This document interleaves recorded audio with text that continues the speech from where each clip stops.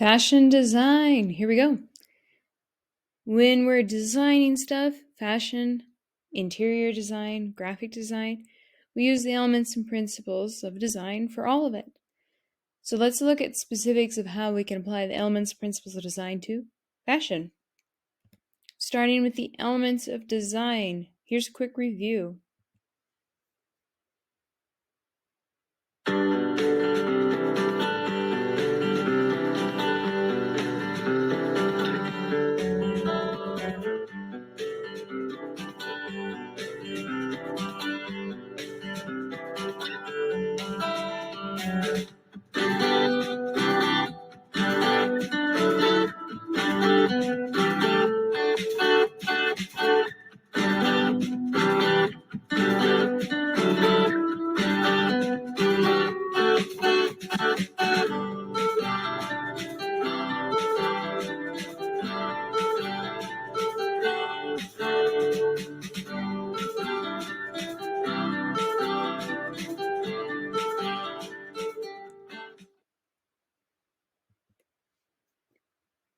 The elements of design are space, shape and form, line, texture, pattern, and color.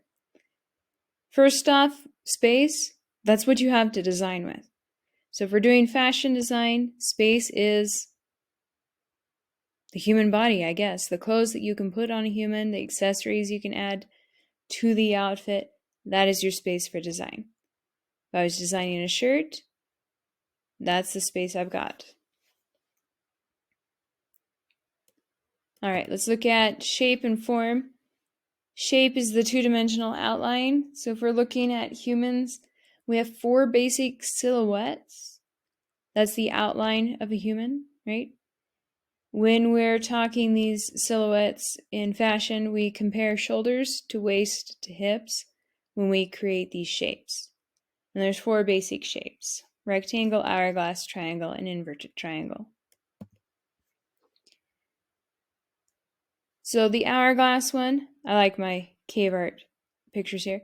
The hourglass, we've got the shoulders versus waist versus hips. The shoulders and the hips are both pretty equal while the waist is small in the middle. The triangle, the shoulders are kind of narrow, the hips are a little bit wider, and the waist is somewhere in between. Inverted triangle, the shoulders are wide, the hips are narrow, and the waist is somewhere in between. And then the rectangles where the shoulders, the waist, and hips are all about the same. Different people have different body types. For example, females have a tendency to be hourglass or triangles, and males have a tendency to be inverted triangles or rectangles. But each person is different.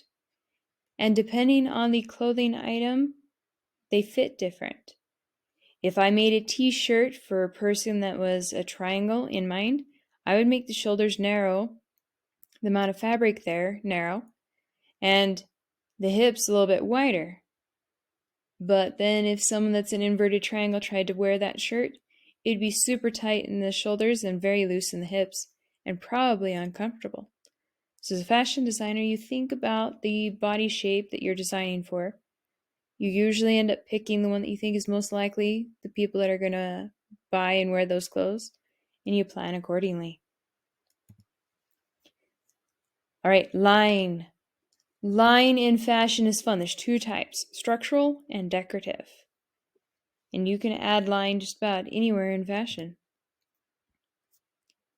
The difference between structural and decorative is decorative is just for fun. It's there to add interest, whereas structural actually forms the clothes. It's like the seam lines necessary to make the clothes. For example, the decorative, this sash and belt, those are obvious lines. They stick out because we use different fabric, but they're just kind of there for fun. Whereas the structural lines, see these lines right here, here, here? Those are lines sewn into the fabric to actually create the clothes. These ones are darts, which allow the ability to create a 3-dimensional shape out of your flat piece of fabric. Back in this picture, all this white piping, That is fun lines that draw your eye around the fashion article.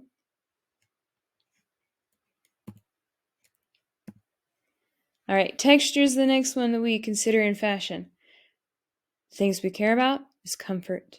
Everybody cares about comfort with fashion. So you need to make sure the texture of the clothes, the fashion articles, actually fits the comfortableness.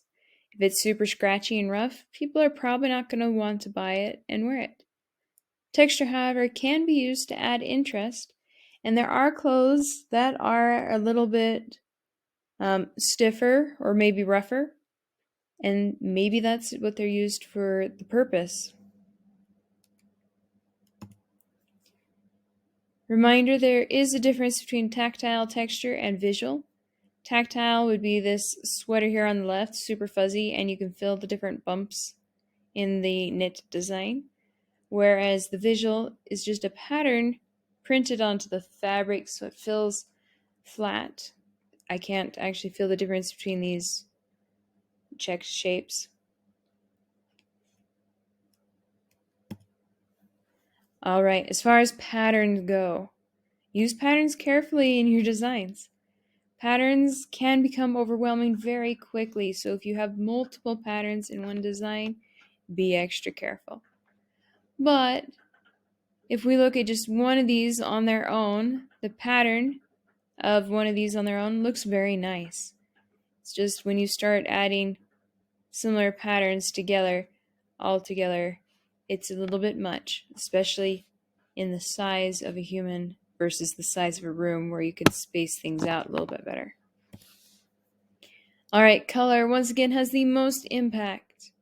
People choose clothes based off the color. If they don't like the color, they're not going to buy it. Make sure you add interest and fun with your color. All right. What do you think of this design? How did they use elements in here? Do you see any fun patterns or colors or lines, textures even?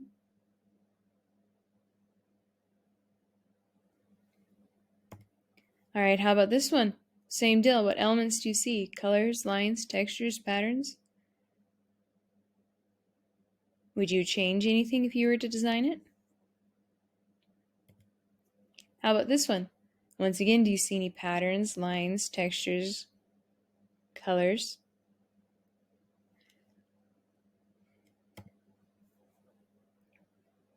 Same deal. What elements do you see?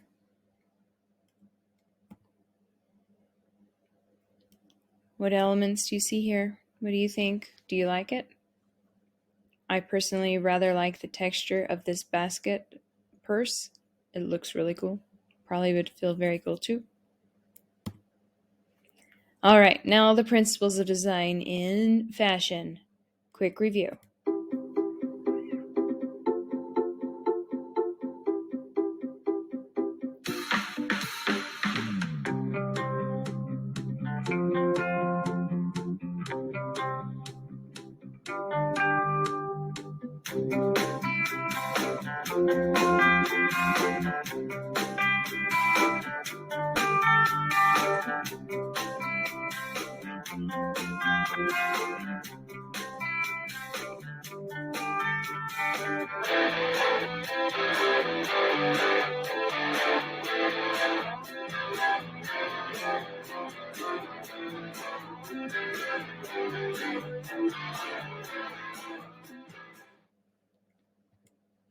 All right, the principles of design. Quick recap: balance, rhythm, proportion, scale, emphasis, and harmony. Each of these are also used in fashion. If we're talking about balance, symmetry versus asymmetry is the biggest part with balance here. The human body itself is symmetrical. If you look at your face in a mirror, probably, you've got two eyes right down this, draw a line down the center of your face with your nose. You got an eye on either side, ear on either side. Usually the same number of teeth on either side of center, right? You have two arms and two legs. So fashion usually starts with the basics of symmetry. Whatever clothing item you're doing probably has to have some element of symmetry, is two arms, two legs, that sort of idea. But you can add interest and fun by making things asymmetry, adding something that isn't the same on either side. Looking at these pictures, this top picture, the suit, that is a symmetrical outfit, except for there's a watch on the one side. This dress here is symmetrical. If I was to draw a line down the middle, it's the same on both sides. Same goes for this dress shirt here in the background here. He's even got 2 pockets on either side. This shirt, however, is asymmetrical. It's got a handkerchief hem that hangs out on this side instead of being smooth across or having a second one on the other side.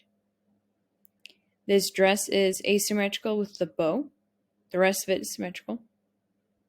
And this shirt here is asymmetry as well because the sleeves or straps are different on either side. Rhythm in fashion draws your eye around the whole outfit. So if we're thinking like color schemes, these 2 outfits have a red, white, and blue color scheme. And the way it works is we've got the red and white stripe here, which also draws your eye here. It ties it in.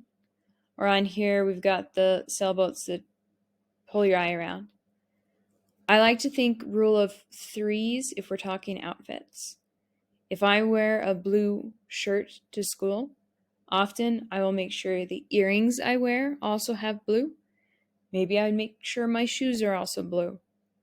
So I've got 3 different spots with the same kind of idea that just pulls all the items of the outfit together.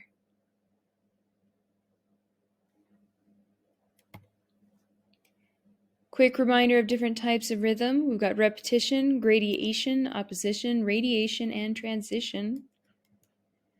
And what kind of rhythm do we see in these different pictures?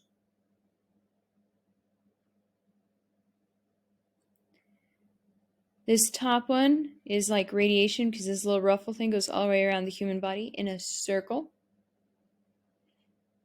This one has a lot of rhythm by repetition. We got all the repeating buttons or even the same repeating color. Like, oh, we've got something gold here, there, and there. This is an awesome hat. It's radiation because we've got the center point of the face with this radiating in a circle around it. We also have repetition in color because we've got some red here and some red down there. This shirt is rhythm by opposition because we've got black and white opposite colors in stripy style. And in this one, we've got rhythm by repetition because we've got repeating bows right here. This one, we've got repetition in that we've got some blue color here and then some blue color here. Draws your eye between both of them. And this one, this skirt has rhythm by transition because we've got these swooping, curving lines that draw your eye around that hem. All right, proportion. Proportion was when you compare one part of an object to the rest of the object. So if we're looking at either a single fashion item like the dress, or if we're looking at the whole outfit, the human, what we do is we start by drawing an imaginary line. Often I look for where things change. So in this dress, there is a sash bow right there. So my brain says, oh, let's draw a line there. But also my brain goes, here's the top and here's the bottom.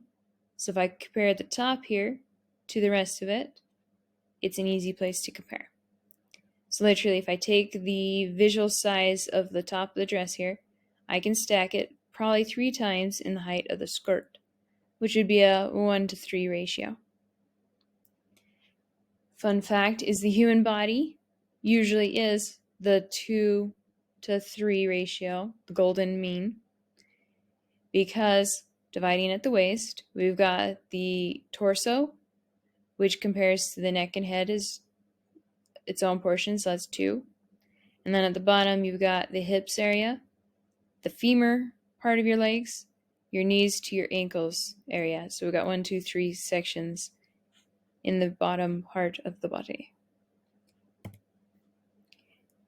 Reminder that the golden mean is 2 to 3, so right here at the waist is where we'd separate that. So torso and head would be the 2 on top, and then the legs have 3. But I'm just looking at the outfit here, so I drew the line at the waist because the colors changed.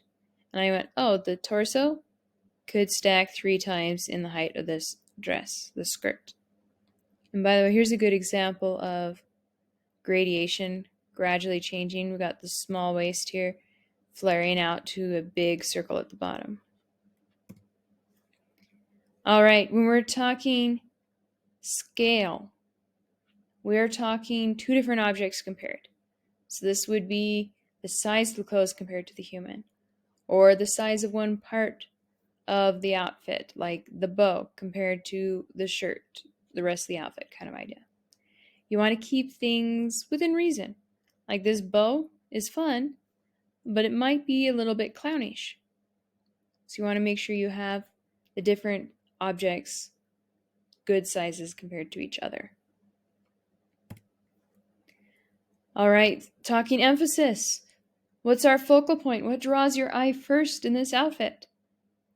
I would have to say probably this scarf with its amazing checkered pattern of blue. Focal point here? I would probably say the flower. It draws my eye first, and then I take in the rest of the outfit. Here? Probably the bag, because it sticks out in color compared to the rest of the outfit. If I look just at the bag itself, it's got the focal point right in there of the logo of the company. Focal point here? It would be the logo on the shirt, but I have to say the stains here kind of stick out like a sore thumb as well. Final principle of design that we're going to mention is harmony. All items need to work together without being bland or being too chaotic.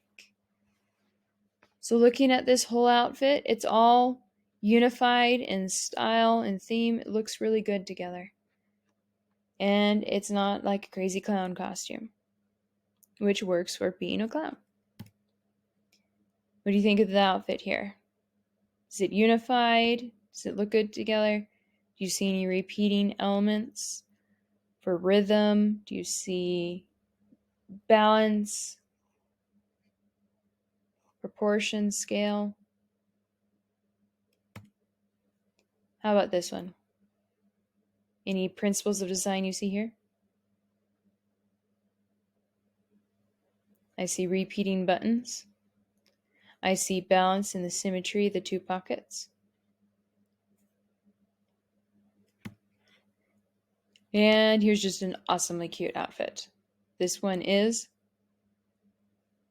balance, symmetry, proportion. Everything looks the right size compared to each other, like the hood part versus the rest. I might say the scale is a little bit too big for the kiddo, but he can grow into it.